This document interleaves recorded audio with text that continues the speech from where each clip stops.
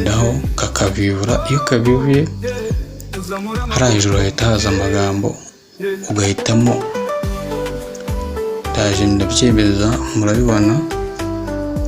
Nimara kwemeza izo serivisi nuvuga ngo urabona ko twabivuye. Hari utuntu tw'umukara. Turebe ko nta yindi video iri hafi ahangaha yo gusiba.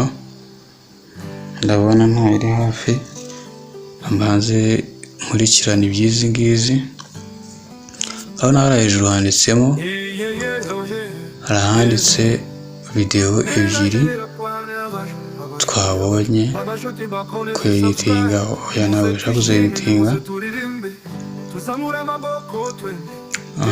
ntabwo dushaka kongeraho lisite, ahubwo turashaka kugira gute guhitamo ibikurikira.